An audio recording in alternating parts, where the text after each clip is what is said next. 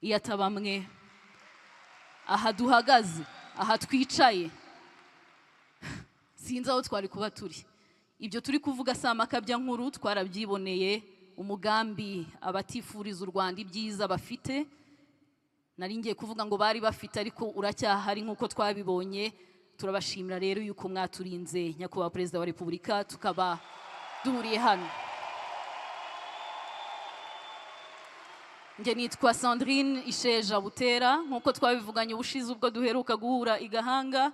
Ndi intare y'ingore idasiganira kwiyubakira igihugu. Twese uko turi hano rero twishimiye kubabona, twari tubakumbuye, turifuza kubumva, turifuza kumva ijambo mwaduteguriye cyane cyane muri ibi bihe. With your permission, sir, the floor is yours. Mwanya n'uwanyu.